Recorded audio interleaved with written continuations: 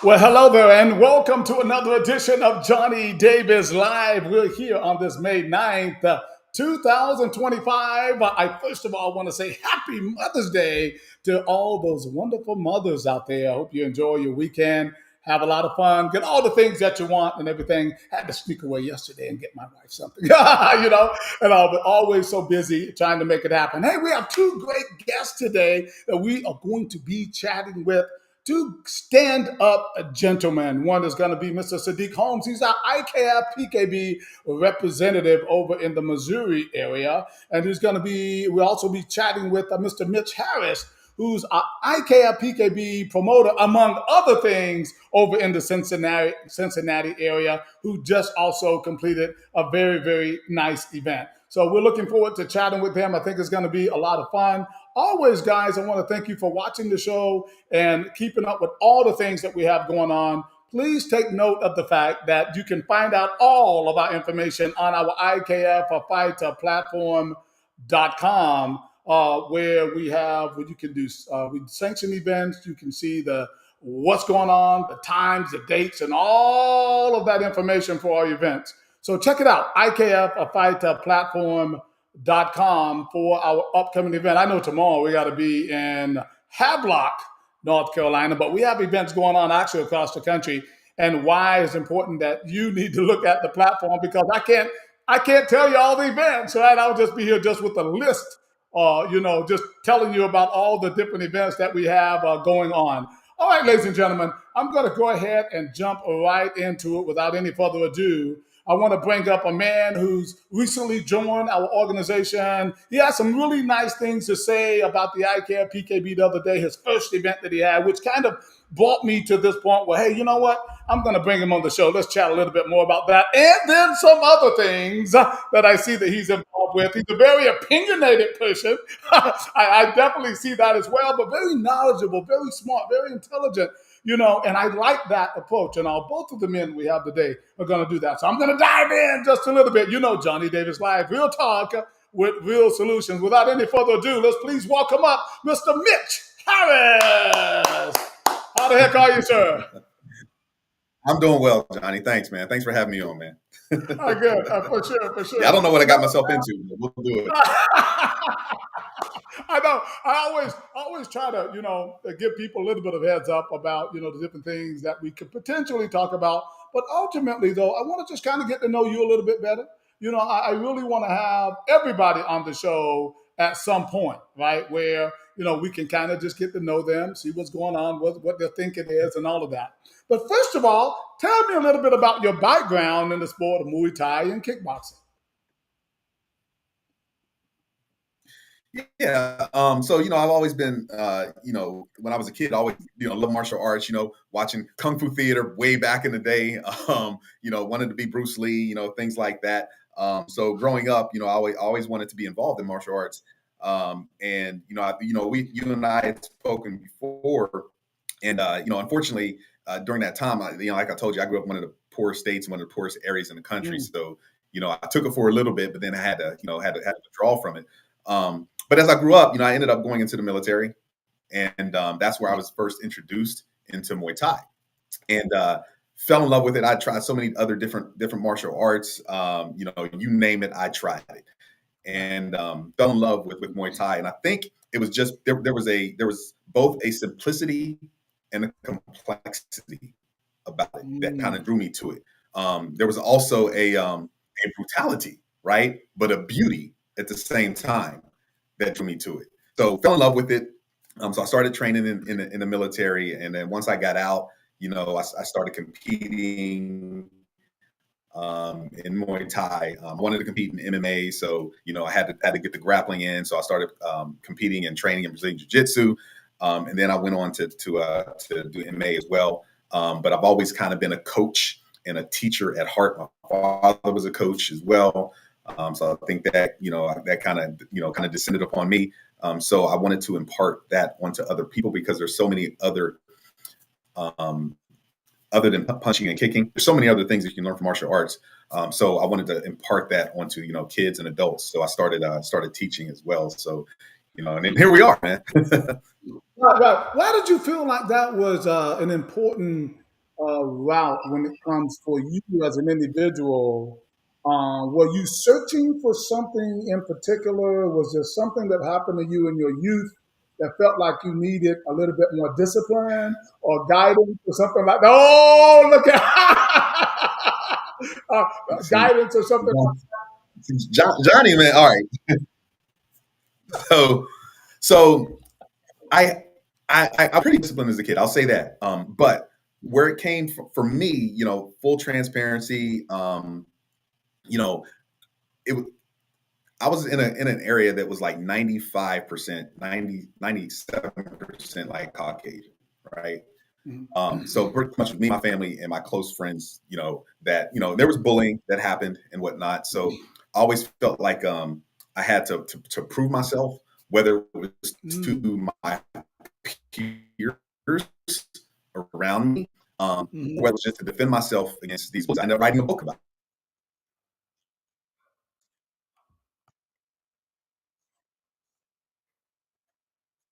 it back.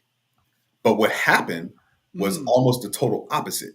And that's what I teach, my kids today is it actually gave me the confidence not to fight at all. Right. So I was able to walk away from situations because I had that confidence and no longer needed to prove myself. So it was the bullying when I was a young kid that kind of had me searching for it. And I ended up learning a lesson that I didn't even realize I was looking for. So, that's kind of where it came from. What was that lesson? The lesson was I learned to fight so I didn't have to fight. Right. Exactly right. I've told a lot of people that. I said once, people think, oh well, I know you can take somebody. I said, well, that's not the goal. The goal is I don't want to fight. Right. And people had stories about me, by the time I've gotten pretty good at this thing, this guy can break bricks with his feet and hands and all that. So most people wouldn't mess with you. And certainly most people were not going to fight you fairly. Right. And so you kind of knew Right, that right, stigma right. was also there that you had to deal with. You talk about the community that you came in, right? That you were raised in, and the one that you live in Yeah. now, right? How is that community where you live now compared to how you were raised? Um, so the community itself, it's like you mean the community where like what is it like now based Yes, on versus what it was like back then? right. So yeah, the thing is, man, it was a coal mining town, right? So Mm, back then when I was growing up, it was hustle and bustle, picnics and barbecues and businesses, along both sides of this, it was one street, but businesses, were booming and everything. Lots of people living in that one little concentrated area. But now when I go back to it, and it's almost like a ghost town. People have grown up, mm, they've moved away, they've gotten older. Not, people aren't moving into that area anymore. My grandmother still lives there, but other than that, it's when you go into it, it almost looks like, man, in some parts like a third world country. So wow. so it's Yeah, much yeah. different than what it was when I was growing up there. Yeah, yeah, it's It's a crazy to little see. sad. It's actually a little sad. Yeah, it's nostalgic every time I go back, because you look back, you have these memories, of what things were like when you were growing up. And there's Yeah, times when you're like, man, I wish I could just go back to this particular time period and yeah. have this because, even though, I tell people all the time, even though we grew up, literally in poverty, um, I didn't know that the people around me, were poor because we all grew up the same, right? So it's Right, like everybody has what everybody has, So right. I was equal to everybody else in my immediate surroundings, right? So it was all about just, we going outside, playing, having fun. Go outside at 10 o'clock in the morning on the weekends. You don't get back until 6 p.m. Nobody's coming to look for you, right? Right, Unlike right, right. today, it was a different time, man. And, I Well, see, yeah, yeah. It was great, though. I had a great childhood. right. Well, right now you have a club over there and you teach. Tell me about a little bit about your club, the makeup of it, and the goals of the club. Yeah.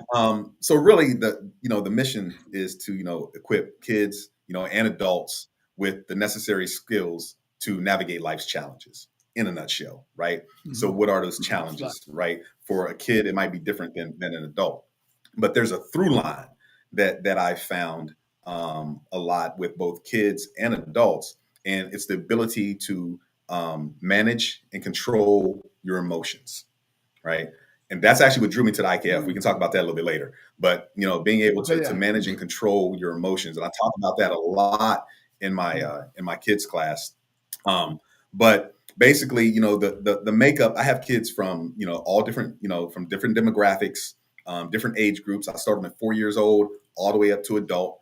I have Mm. kids that are extremely highly focused during class. I have kids that are rolling around on the mat, Right. being disruptive, so being able to see them grow, because I've seen it, being able to see them grow and that gleam in their eyes when they learn something new and they're able to execute it, no matter how Mm. small it is fantastic. I think that we as coaches need to kind of pull that out of our kids and find those areas in which they excel, highlight them to give them the confidence to keep going forward, I had a kid the other day. He just started. He's not shy, but he's timid, and there's a difference, right? If I see him Ah, playing with the other mhm. kids, he has no problem playing with the other kids.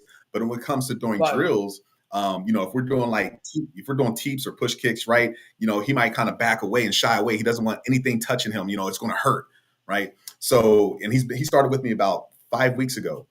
So just this week, I see him doing this particular drill and he stays still and he just takes the kick, right? Mm. So he didn't even realize it. I stopped class in the middle of class to highlight that for him. I was like, do you know what you would normally do?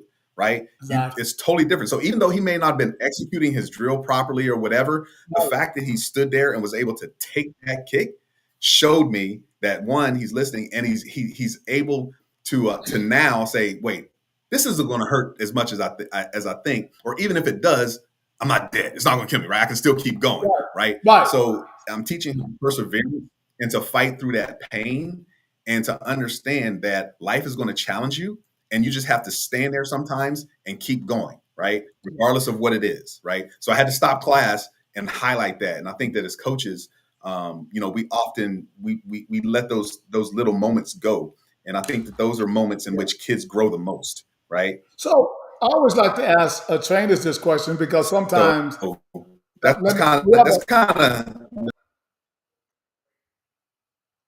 Oh, kind of went out on me there. You still there, Mitch? There you go. You went back. You're back. Can you hear me? yep, yep, yep. Yeah. Yeah. So one things I always like to ask, trainers about. Yeah, you're teaching these kids, but what are they teaching you? Yeah. So I think one of it's funny you should say that because I've always said that the best way to learn something is to teach it, right? Right. So the fact that I'm teaching kids, I'm learning things from these kids, right? Um, so one thing that they're teaching me is patience. Is patience. Right. How to calm myself and maybe how to speak to them in a manner in which they can receive it because not all kids are the same, right? So Mhm. what I've had to learn is this kid I might have to speak to a certain way versus this kid here versus this kid here, right? This Right. kid may respond differently to a certain, uh, whether a disciplinary action that I might have to take based on what they've done than this kid over here, right? So Mhm. it's taught me how to basically isolate how I treat one kid versus another, right? It's also, Everybody doesn't learn the child same. psychology, man. Yeah, exactly. I've had to dive deep into that. It's not again like we've spoke before. It's not just about punching and kicking, man. It's about understanding the people who you service, right? And I'm Right. servicing these kids. I'm servicing the parents and families. I'm servicing adults. So there's an entire clientele that I'm servicing that I have to understand. How do you interact with these people? Right. Mhm. So child psychology comes in as well. How do they learn? I use a lot of I'm very demonstrative in like some of the development that we do. Right. So some of the yeah. So some of the things that I show them is not on Right. the pads. It's an actual hey, here's how you would destroy your family if you keep doing what you're doing, and you grow up. And I give them a visible representation of that. So then they can see, they're like, oh, wow. You know what I mean? And it clicks, Right, right? So when that light bulb clicks, and that's what I'm here for. I'm for clicking light right, bulbs, man. right, Right. right. So when those Right. go Do you? off, Let me. and to see the Let me. growth in them, you know, Yeah. I think we have a little bit of a delay here, but I just want to say, so when yep. do you put character into, I don't know if you have a ranking system, a belt system, or some type of way to show their progress? How important is Yep. their normal, their personalities, and other things, their school work and achievements, and how important is that based on their skills as far as achievement? You know the right questions to ask, man. I think you've been doing this for a while, right? Oh, just a little bit. Yeah. Um, yeah. So basically, they get like a black stripe on their belt based on class attendance, right? So Mm. so many classes, they get a black stripe on the belt. After they get a certain number of black stripes, I know that they should be ready to test skill wise, right? They've been here enough; they should be Right. able to test skill wise. But they also have to get a self control stripe.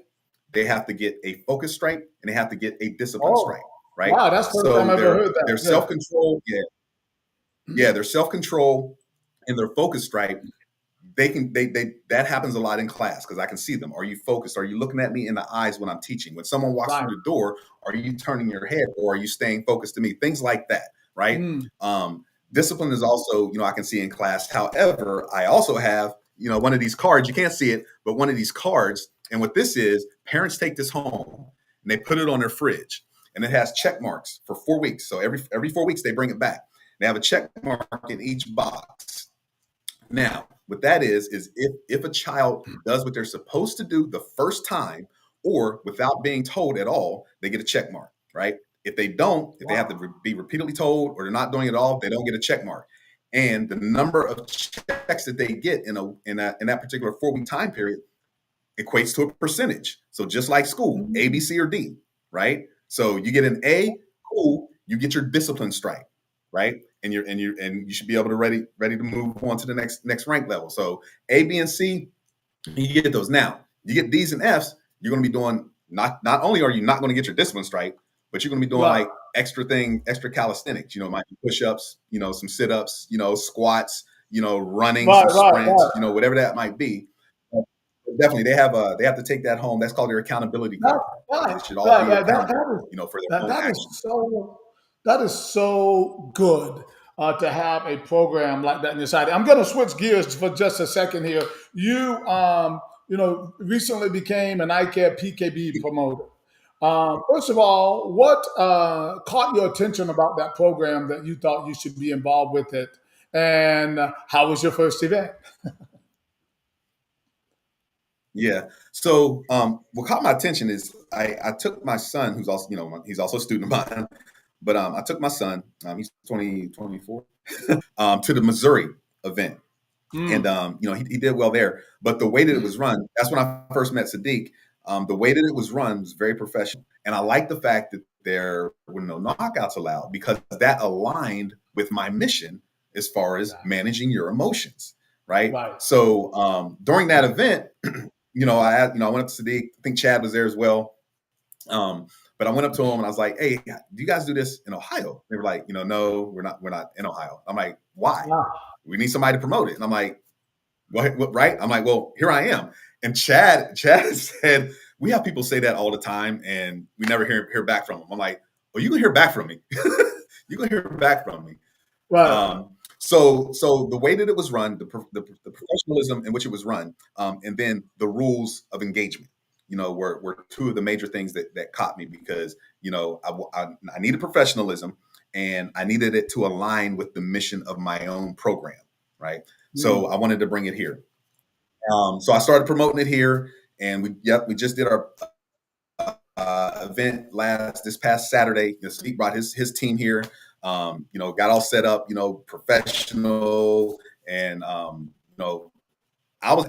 asked him probably maybe 3 weeks prior to the fights. I'm like, "Hey, where are we?" He's like, "Yeah, we got like 30 signups." I'm like, "Man, that's not my goal, right?" I'm like, I need Right. to do more. I'm like, but of course, people sign up late, right? So then, like, I think a Right. week prior, he said, we're like a 50. And then the week of, we were like 70 plus, right? So we are Wow. like 70 plus Wow. fighters, 4 different states. So they come in, and the feedback that we got was phenomenal, right? They're out. They're already asking me when's the next one. They love the Right. event. So yeah, so What did it was great, what man. did We everybody had a good time. right? What did it do for your students after they competed in that? What did you notice in them when they got back to the club? Um, there was an excitement, right? There was a newfound drive, right? Because they're seeing these other schools, and oh, this person, they're really good. I need to take my level up to that, right? So there was that excitement, there was that drive, there was a new confidence, because one of my students that competed, she was a female. There was no females in her division, so she ended up competing against a male. And I've told this story. She's gone public with it, so I can say it now. But she was coming out of a very abusive relationship just a year ago. Extremely abusive, extremely physically Mm. abusive relationship, to where she couldn't even talk about it. Like, if she talked about it, she would cry. Wow. Right. So Wow. she's been with me for a year.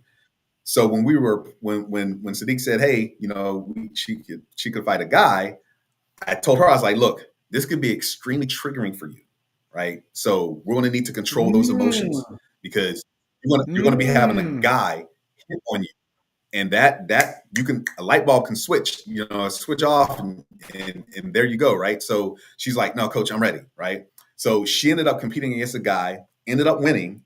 Um, so after that, her confidence just exploded, because she's now accomplished something that she never thought that she would do in life, Mm. period. Right. Mm. So it's giving her just a new vantage point on life, and a new confidence within herself. Right. And that's all I'm looking for. Right. Just life changing opportunities for my students, to be able to just go through life and win, period, whatever they do. And when? And when? You talk a lot about community. What your makeup of your club? Mostly men, mostly women. Is it multi ethnic, or is it like one group? Because I know Cincinnati is Cincinnati. I mean, so what is the makeup of your club? Yeah, it is multi ethnic. And I in my kids' classes, it's about 50-50 between young girls and young boys. Mhm. My adult Muay Thai class it's about it's like 90% men. But my kids' classes are like 50-50. So I'm hoping to Mm. grow them up, and they stay with the program, to where that builds my adult Right. program about 50-50, right? But it is multi-ethnic, about 50-50 in my kids' classes. So yeah. I kind of want to do a little bit of a spin here, kind of on the conversation as we talk about society. You seem like a really highly intelligent uh, man. What is your background? What is your educational background? So I ended up, like I said, I went to the military. So I was dealing with like a lot of diversity in the Right. military. Um, yeah, got out and got my training in um, cybersecurity. I ended up spending time inside the federal government. So I worked for several three-letter agencies right after 9/11. So Hmm. I was working terrorism and intelligence, for the United States government, and Oh wow. got like a lot of got like a lot of training there. So I left the federal sector and moved into the private or public sector. And I'm a cybersecurity guy, so I'm a science guy by Okay. heart. So by day, yeah. So by day, I do run the global cybersecurity operations center for a particular financial corporation here in the United States. Oh I nice. have folks working for me, yeah, in Dublin, London, Ireland, and all Oh that. So, wow. Oh wow. um, Okay. yeah, Yeah, I yeah, yeah. sense I So I'm a, sense a I'm a, level I'm a that nerd. right. I sense there's a level of something else there. There's a lot more, to you.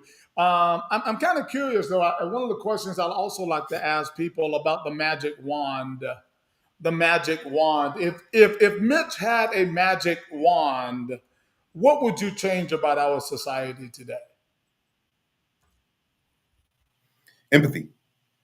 Um, I think that's probably what's lacking the most in society is one side or sides not being empathetic to the other. We're all different. We all have different viewpoints. We all have different experiences. You know, we grow up differently. You know, parents, society around us, news media. I know that they try to push a certain vantage point, and I think right now society lacks a certain empathy for one another. And if I had a magic wand, I think that would probably be the biggest thing that I would boom. Everybody has empathy for one another now, right? Right. Because that empathy is going to bring about understanding and drive That's where I conversations. was going next. That's what I was going Yep, at. What do you think the empathy would actually do? yep. That's going to drive those conversations. To be open to those conversations, because just because someone thinks differently from you doesn't make them a bad person, right? It doesn't necessarily make them wrong in their thinking. I always say that save the whales doesn't mean screw the dolphins, right? Right, right, right, right. Sometimes both things can be true and stand true at once, right? And I think that so often because of that lack of empathy, we think that our position is the only position, right? And it's not true. So my magic wand would be empathy. Well, I've seen some of the posts that you've done on social media, and it seems like and to be honest with you, I couldn't tell you whether you were middle, left, right, red, blue. It was a little difficult, to try to figure it Yeah, out. And I guess that's a good thing. In my yeah, position, I stay pretty neutral, but I certainly dig out whoever people, whatever, whomever people are. But it seemed like you were trying to bridge the gap between yeah, understanding. Tell me a little yeah. bit more about some of the things that you write and your purpose for that writing. Yeah, and that's a growth too, right? I've actually grown into that because Oh, I initially, believe um, that. yeah, Johnny, initially, man, if you'd read my post 5 years ago, you're like, oh, I know exactly, right? I know exactly what you're saying, right? Me too, Um, man. so you get to a point where you have to be, yeah, yeah, you get to a point where you have to be self-reflective, right? Um, and that takes a humility that a lot of people may not have or be ready for, Right, right? right, Um, so once I was able to do that and have that humility, I'm like, let me take a look at myself and where am I in this? And let me just start listening, right? Let me just start listening. So once I started doing that and I'm just understanding other people's positions and saying, you know what? I see where you're coming from, right? And I think that right, especially like as martial artists, that's why I love like the military. You're thrown in there with people from all over the country, right? right, Like martial arts, right, when someone comes in here, they don't care what your background is, right? They don't care what color you are. They don't care what sex you right, are, right? They don't care your sexual right. orientation.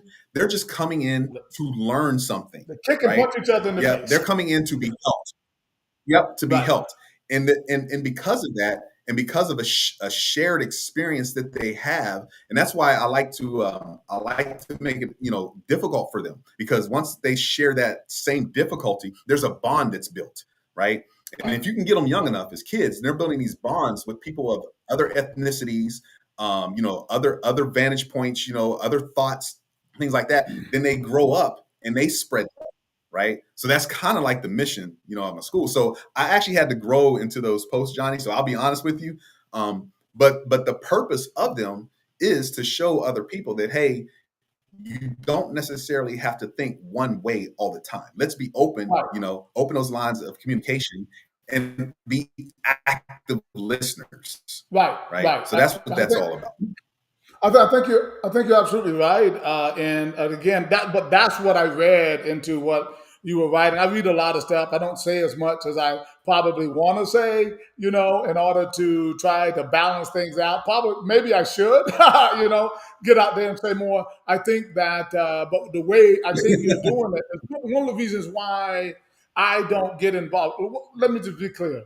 I try not to have my promoters out there on a big rant, especially one hating people. Yeah, saying Yeah. all kinds of negative things about red or blue. Or I don't like that. I don't like. I said, don't get into that. But Mhm. but what I saw Yeah. in you, and the reason why I really haven't said anything, to be honest, is because it seemed like you were trying to bridge. You were trying to get understanding, right? And all, and that is what we need. We are lacking that in our society today, and people listening, and certainly in a very sensitive time that we have going on with the Yeah. stocks and with other countries and all of the political stuff Yeah. that's going on. It's kind of difficult to find some neutrality in that. But I think that if Yeah. we try, I think that we can find, because I tell us in my position as in the IKF, is that we're about kicking and punching each other in the face, right? I mean, that's what ultimately, Yeah. that's what we stand for. Yeah. So, I try to stick to that. However, I recognize all these people coming in and kicking and punching each other in the face have ideas and their thoughts and they have opinions, and I'm okay Mhm. with that as long as it's not totally. I hate, Yep. hate, kill, kill. They're stupid. They're stupid. Yep. No, that's not what it's about. You can have a conversation with people without having an argument with people. Those are two totally different things. Right. And I think we need to get a little bit more into that. And that is why I'm not afraid to kind of go there on Johnny Davis Live, real talk. Right? That's what it's all about. Okay, I got one more question for you. It is Mother's Day. And again, I want to say Happy Mother's Day to all of the great mothers out there. I would first of all like to say, is your mother still with us? Number one. And if so or Yep. not, what Yep. is the greatest message that you think she taught you to become the man you are today? Yeah. So, growing up, her and my father, but she instilled in me that no matter what someone else is doing, right? No matter their success, no matter their failure, whatever that is, right? Mhm. You keep being who you are, right? So Ah, basically not comparing yourself to the Joneses, right? It's on you to succeed or fail, right? It's nobody else's fault. Take responsibility for yourself and not worry about what someone else is doing. And that's how I try to live. wow, that's an excellent, excellent lesson and everything. Listen, I've enjoyed talking with you today on the show. I think it's been a lot of fun. I think that it's been very informative. It gives me a really good idea that we have an excellent promoter in Cincinnati. We have an excellent human being, somebody who is over there trying to set the highest example for his family and his friends and all of those who are looking up to him. And you're the kind of guy we like. You're the kind of guy that we are appreciative to be a part of the ICAP PKB. And I look forward to talking with you again really soon. You got any final thoughts you would like to share? Well, I'm just saying, thanks for the opportunity. I'm looking forward to it as well. I think what you put together here is a fantastic organization, and I would tell anyone who's not actually, have competed in it, or maybe you're not a promoter or whatever, you want to get involved with the IKF. I'm telling you right now, you want to get involved with the IKF. They're going to bring Right. professionalism. They're going to bring, people think that just because it's PKB or PMT that they're using pillows. Nah, come to one of these No, events. You're going to see like a lot of skill, a lot of technique, right. and you're going to see a lot of respect for the art. Right, that's important. You're going to see a lot of respect. So, um, I thank you for having me on, man. Keep doing what you're doing, and I'm going to keep Thank you. keep pushing as All large right. as I can here in We're looking for Cincinnati. big things over there, big things. Mr. Mitch Harris, ladies and All right, gentlemen, man. out of Cincinnati. Let's give it up for him. Good job. Thanks for being on today. We'll talk to you soon. All right. All All right, right, ladies and man. gentlemen, speaking now to Mr. Mitch Harris, I tell you, this guy has a great head on his shoulders doing some great things for the sport of Muay Thai and kickboxing over there in Cincinnati. And I think that he's going to do some great things down the road. His very first event, very, very successful and all. And that is exactly what we're looking for. As you saw a little earlier, we are excited to announce the fact that we have our ICAP World Classic coming back to Las Vegas, the fight capital of the world, coming up this summer. You guys should definitely check that out. Registration is going quite well. Right now, we're over 100 and some competitors already. IKFfighterplatform.com. It's going to be at the Westgate Casino July 18th through the 20th. We're closing down also on some super fights that we have planned at that event too. We got a couple of candidates We're going to be making a decision here like by the first of next week. So if you think you want to get in on some of those super fights that we've announced, definitely give us a call. Contact us. Most of the information is on the platform or IKFFightsports.com. All right, guys, without any further ado, he's been waiting patiently there, because sometimes I get a little long-winded. Really, Johnny? Really? Yeah. Just a little bit. Let's welcome up our ICAP PKB rep in Missouri, Sadiq Holmes. How you doing, sir? Doing well. How about yourself? Doing fine, doing fine. Sadiq sitting up there with his PKB hat on. I mean, always looking the part and everything. Really glad to have you on. You and I, we talk quite often and everything about different kinds of things, in the world as well as the sport. But first of all, tell me a little bit about your new role as an ICAP PKB representative. How has that been for you? It's been fantastic. I love martial arts. I've grew up watching the videos and watching the movies, the Shogun Kanuskis and the Bruce Lees, and I've always loved it. I took karate as a kid, and as an adult, I began training Dutch, Muay Thai, and it's great exercise. I train with my children, so it's good opportunity for us to bond. But to have this opportunity to be a part of something that is building that sport that I love so much, it's awesome, man. I get to meet really cool people like Mitch Harris. I get to, I meet people up in Cincinnati, Indiana, Arkansas, people from all sorts of walks of life. And it's awesome. It's awesome. I say to you, Sadiq, that you're one of those people. I have several people who drank the Kool-Aid. they drank that Kool-Aid, boy, and they all about it too.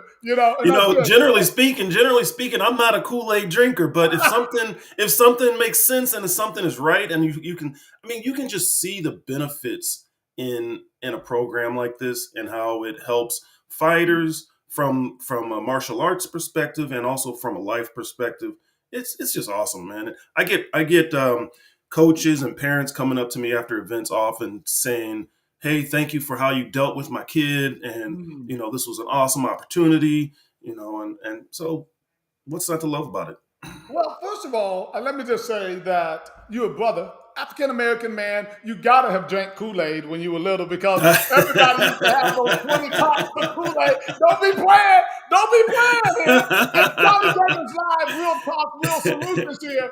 Mom used to go there and buy, she would have 20 flavors of Kool-Aid. We would go to the store and you could get like a pack of Kool-Aid, I think it was maybe 3 cents. I don't know, but we would get a whole picture of it. A whole picture of Kool-Aid. And who hasn't gone in there and put like 20 packs of different flavors? It's just black juice, just purple dark juice. Exactly. So let me ask you, what have you learned about the sport in particular from, I guess, a cultural aspect since you've been doing the PKB?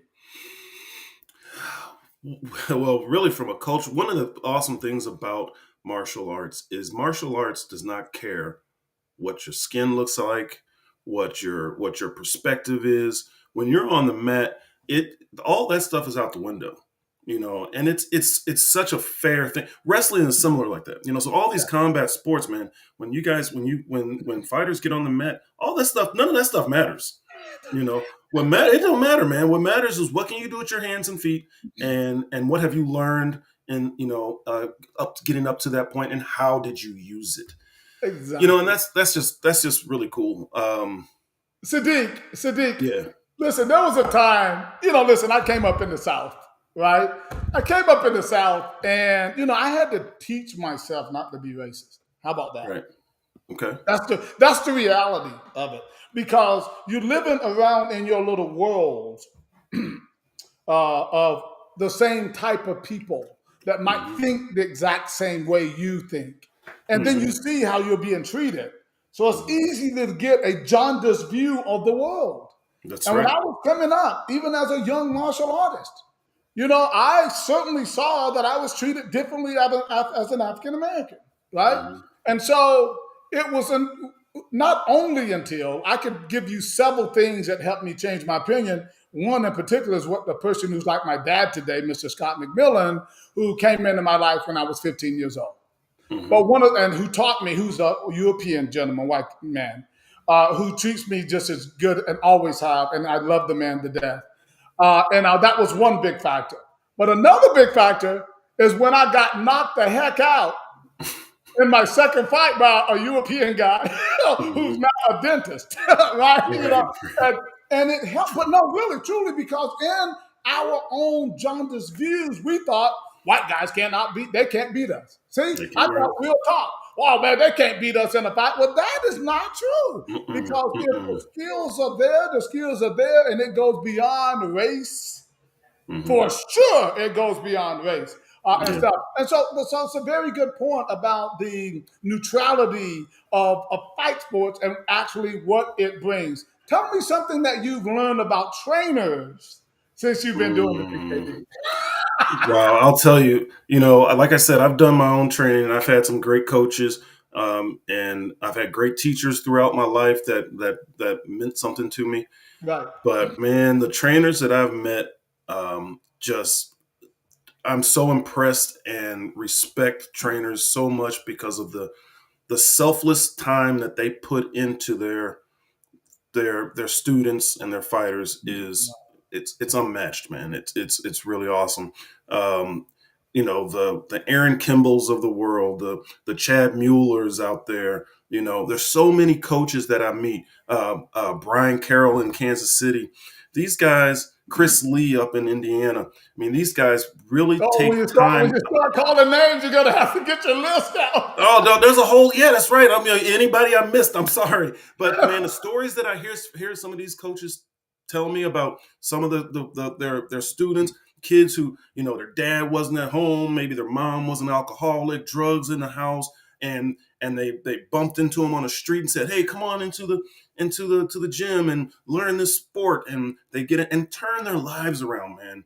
Touching people like that, you know um, uh, uh, Mitch Harris said when you were talking to him, he was talking about if he had the magic wand, empathy.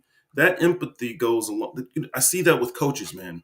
Coaches have that empathy and understanding of what it is that these people might be going through, what this person might be going through, Right. and care enough to make these differences in their lives.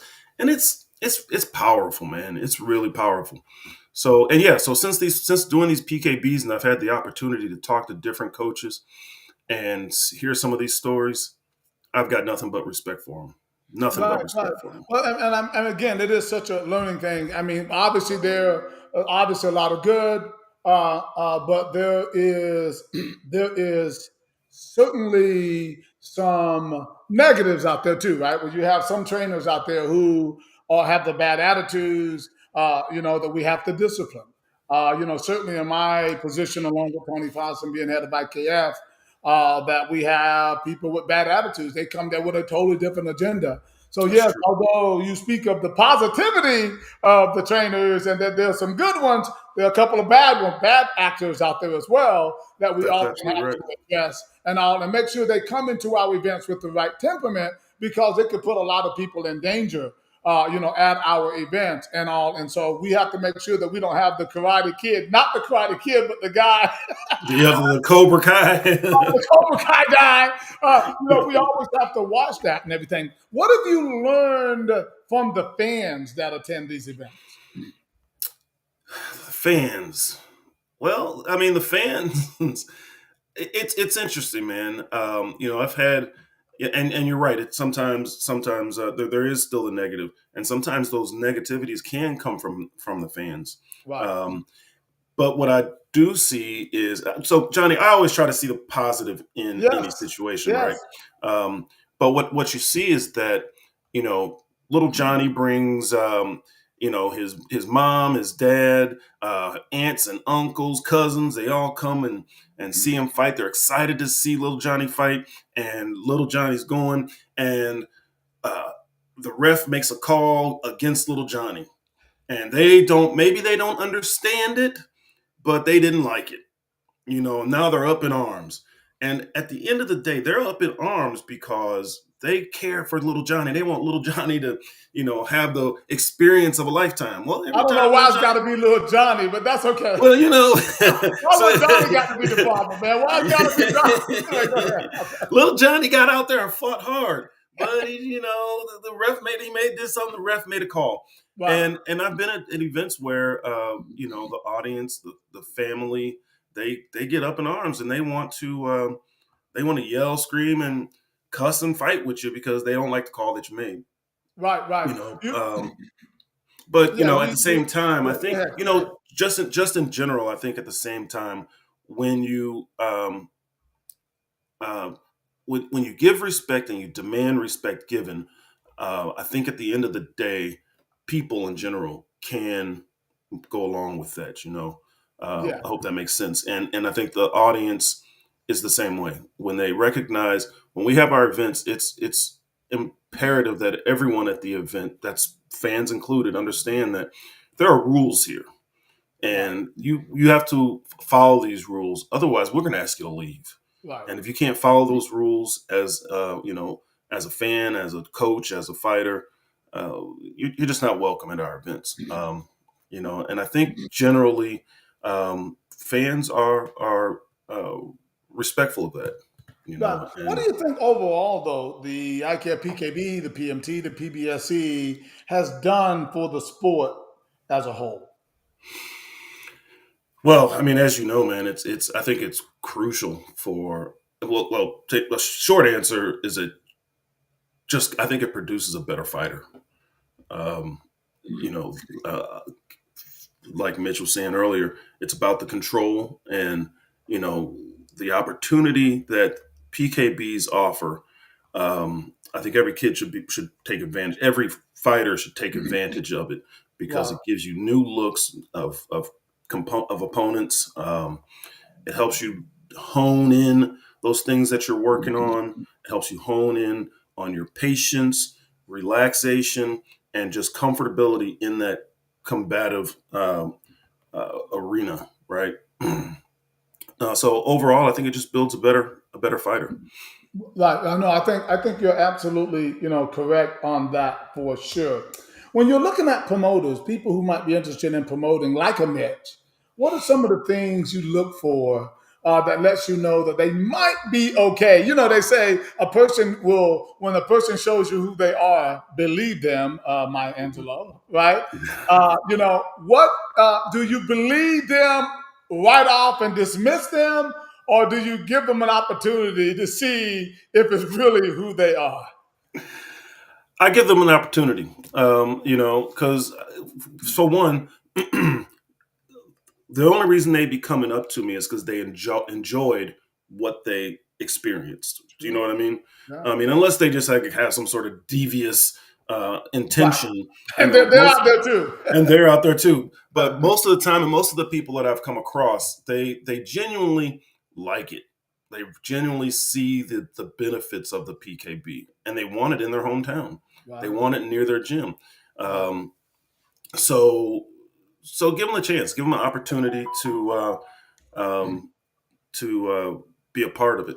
And I'll tell you, man. I give thanks where thanks is due, and I give that to you, and I give that to Chad Mueller for Sure. bringing me into this Right. because it's an awesome opportunity. To be a part of something that's just growing and growing and growing, and people see the advantages of it. Right. So yeah, I'd like to pass that same opportunity on to others if they're willing to do the work and work the vision. Right. Well, I mean, I think you're doing a fantastic job. You've been a great addition, and I'm thankful also to Chad for passing this torch on to you because you've certainly done a fantastic job in doing this. What do you think is the most challenging thing about being a representative though for the PKB? What do you think is the most challenging thing? Whew. The most challenging thing I would say is I don't I'm in a lot of different states and I'd like to expand that and but the most challenging thing, as silly as it may sound or as simple as it may sound, it's coordinating dates with people and making sure everybody. I mean, there's so many martial arts organizations out there, and over here, like I was when you were mentioning the World Classic, I was like, oh, the World Classic on the 18th, and I'm like, I got my Chicago event on the 19th. I hope that doesn't conflict with and just making sure everybody's dates are Right. together, and so and organizing, coordinating with people is just it's a tough thing to do sometimes. So the biggest challenge is actually working with people. I started to write it down. Hey, Sadiq, I started to write it down and then hold it up after. Look, just a guess, just a guess. How important is fairness to you, Sadiq? Oh, absolutely important. 100% important. And that's another challenging thing too, man. That's when I go to my events, I tell all my referees and judges to say, look, if you can't be, I know you might know some of these fighters. If you can't be non-biased towards these folks, just raise your hand and say we can swap somebody out with you. Exactly right. My own, and I push it hard on my judges and my referees, because I don't want because fighters come, they work hard, they train hard for these events. Right. They want, so at the least give them a fair opportunity to compete. So oftentimes I try to work with promoters. I say, hey, try not to have anybody that's a judge from your gym. I always bring my Dan Shamel usually comes with me. He's my head referee, and he always steps in and gives a non-biased call most of the time. And I tell people also, my own son competed and got disqualified. And Right. I mean, so fairness is very important to me. Very, very important to me. I want everybody to have an equal opportunity to win. Right. It's interesting. When people talk about often that when you step into a new role, that you are maybe a little different, maybe you change a little bit and all of that. Well, change is not always bad. Yeah, Change is just true. different. Yeah. Yes, Whether sir. a person accepts that difference or not, that's a whole nother story, right? Yeah. But Yeah. that difference could be what's made you better, Yeah. more whole, more secure, more confidence. And everybody can't handle that, Yeah. and that's why they have different altitudes, right? That you Yeah. go on. And some people cannot breathe at certain altitudes. Sure. So they have to drop off. Right? And so that's just a fact. Some of the same people you hang around at this level might not be around at that level. That's right.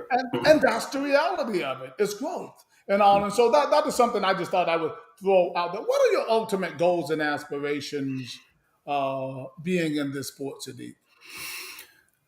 Um, ultimately, like I say, I love the sport. Ultimately, I want to just provide fighters with opportunities to grow their own career as fighters and judges and referees. I want to get to the point where I am promoting full contact events, be it kickboxing, Muay Thai, or even MMA events. But athletes, I want to give them a promotion or an opportunity to have a um, uh, fair bouts. Give them the best and the safest. We cannot forget safety. We talk about fairness and these things, but safety is just number one. Number one. That saying, safety first, because second is too late. Second is absolutely too too late, late. man. It's Yeah, absolutely too yeah. late. And I think that is something that's paramount in our organization, as in our rules meetings and our calls and things like that. That is, something Mhm. that's really, really huge. At least in my mind. One of the things you always say that I always remind you of your dad. Yeah. Why do you say that often? Well, I mean, your approach and a lot of man, you just say things to me sometimes that it just echoes my father. My father passed about 15 years ago, Mm. and he and I were very close. We spent a lot of time talking when I was away at college. We spent a lot of time on the phone, hours on the phone, talking about all sorts of different Right. topics. Um, a lot of the books you reference, George Jim James, Naim Akbar, those are all books that my father would literally, whenever he would drive me anywhere, he would make me read to him in the car while he was driving. I would have to Right. read. Oh, And wow. most of these books that I was reading were books that he was interested in. And he was like killing two birds with one stone here. You know what I mean? Right. And yeah, when I think it was about 2 weeks ago, we were talking, and we were talking about George G. M. James. We were talking about perspective, and um, we were talking about ministries, and it reminded me everything about what you were saying. I mean, you were saying things. I swear, it was like you were picking them out of my father's brain, and they're coming out of your mouth. I'm like, you've got to be kidding me, you Yeah. know? Yeah. Well, I think that is important. Again, education and training are two different things. And I consider Sure, myself an educated man, meaning a doucere, pull out, sure, because I have studied a lot of stuff that gives me what I think is a level perspective in society and why I can treat people the way I treat people. Or regardless of race and gender and creed and all, it doesn't matter. I can treat people because I understand them. I right. understand where it came from, and I think that I wish I could give more people of what I've come through. But what my wife always reminds me of, that make sure I don't leave people empty. Because if I'm not going to be with them all the time, Mhm, don't take things away from them. mhm, Whatever they hold on to, whatever they hold dear, whether it's religion or whatever it might be that makes them better in their own way, don't take it away. And mhm. so that is the thing that I make sure that I'm careful about. As I used to not be that way. I'm kind of like what Mitch was saying earlier. If Yeah, you'd have met yeah, me 10 or yeah, 15 years ago, I yeah. was It'd been a that whole guy. different. I was that guy. I was trying to change the world to my belief systems, Yeah, and all that. But that's just not the way I do it anymore. I do have, this thing about me that I try to present something. I try to be that example for people, right, as they see me. sure. I'm the same way as I am now, as I am and when I'm not with you. I'm the Yeah, same way. I don't change. The way yeah, I treat people, the way I talk about people, I really don't change that much. Obviously, you can get more comfortable with some subjects and sure. things like that, but other than that, that's pretty much it. I wanted to also, since it is Mother's Day weekend, as we got to wind down here, I got to ask you about your mom.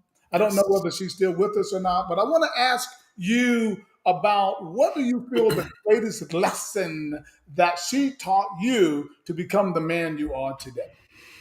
My mother, Dorothy Jean Humphrey Holmes. I love her to death. Hey, I love I her to death. say. Yes. She's awesome. I think the most valuable thing she taught me was to continue to be myself. She would always say, she and my grandmother would always say, "S- stay sweet, stay the way you are. That's what they would say. Um, and but my mother and my grandmother also um, pushed the rule of no one in this world is better than you, and you are no better than them. Wow. So you have to. They can't take anything from you. What you have is yours, and you have to use what you got. Otherwise, why did you get it in the first place? Wow. Wow. That's heavy. That's something right there I think that we can close on as well. Sadiq, I'm proud of you. You're doing a Thank you. fantastic job. I appreciate your demeanor. I appreciate your temperament. I appreciate your knowledge and the way you're going about this. I thank you for drinking the Kool-Aid, because we need people to drink the Kool-Aid and to believe. I know many times you've seen me operate. You've seen me deal with these commissioners. You've Mhm, seen me go, right at it. The mhm, information I send you now, I see you out there leading with confidence. See, mhm. it's the confident thing that I get impressed with when people actually believe me, right? Yeah, That's kind of yeah. important that I'm not going to lead you in the wrong direction, No, not intentionally. that you believe me. That's what I mean by drinking the Kool-Aid, Sure, right? sure. That Trust you the believe, process. yeah, you believe in the process. You believe in my experience and my knowledge and the game and the things that I've learned. And so you go out there with confidence that, you know what, now I know what I'm talking about, right? Yeah, And when you yeah. speak to people, you speak with that level of confidence. And because you believe in the leader of the organization and what he's saying. And for that, I appreciate. But I'm going to give you last words, sir. Again, like I said before, man, I really appreciate the opportunity to be a part of the IKF. I think the IKF is an awesome organization. And yeah, I'm excited to continue to grow with you Well, you're and grow doing a with great everyone job. else. Thank You're you. doing a great job, man. And we look forward to working with you for many, many years to come when I'm in the retirement home or in an urn, whatever. Sadiq is in the house. Let's give it up, ladies and gentlemen. Sadiq Holmes. Yes, Thanks so sir. much, sir. I'll with you later, man. All right, buddy. Have a good one. All right. Sure. All right, ladies and gentlemen, you just heard it right there from our IKF PKB representative over in Missouri, Mr. Sadiq Holm. Really level-headed guy, really nice guy, very smart, very knowledgeable, and I'm just so thankful that we were introduced and the great things that he has done and will continue to do for our organization. I want just everyone to try to uh, um, understand what the ICAP is all about. I wrote a little piece this morning. It was kind of a personal piece that I was talking about the ICAP Fight platform. I was talking about what I think is done for the sport and how I think that it has motivated and inspired other people, right, to also do better by the fighters, right? So that they can have the results and keep a track record of these fighters. How proud I am of the IKF Fight Prom. Is it perfect? No, it is not, but it's what we got. And it works. And it's getting even better. And so I'm thankful for that. I just want to remind people that our goal is try to give these fighters our absolute best. They deserve it. We're going to keep working. We're going to keep getting better. As I hear about some different promotions who, get sold by, the big red apple that they're presented by another organization who perhaps don't have the same integrity and the same level of honor that we have. Sometimes I'm worried about that idea that they're there for just the monetary gain. The IKF has been around for many, many years, approaching about 30 years or more. And with Steve Fossum, rest in peace, and myself and Tony, who are continuing to try to move this organization forward, we have an agenda to try to make this better and to try to lead the charge in making it better. And as I was trying to say in the article, with some of the innovations and things like that that we have had, from the platform to the PKB, the PBSC, the PMTs, and the way we do it, you can't reinvent it. Once the cell phone is already here, you can't all of a sudden come out, hey, look at this item that I have that you can see pictures on and you can dial and talk to somebody. No, that's already been done. So the ICAP, PKB, PBSC, the PMT has been done. All you can do now is duplicate it. All you can do now is make a change here and there to say that, hey, ours is better. Whatever. We have a solid program. We are about safety. We care about everybody who attends our event. And we appreciate your support as we continue to move forward, whether it's in semi-contact or full contact, whether it's in a fight night or whether it's in a tournament. Your support is much appreciated. All right, ladies and gentlemen, that's all I have for you today. I want to thank you once again for watching another edition of Johnny Davis Live. We want you to always respect each other. This is Johnny Davis Live, and I'm checking out. We'll talk to you soon. Bye-bye.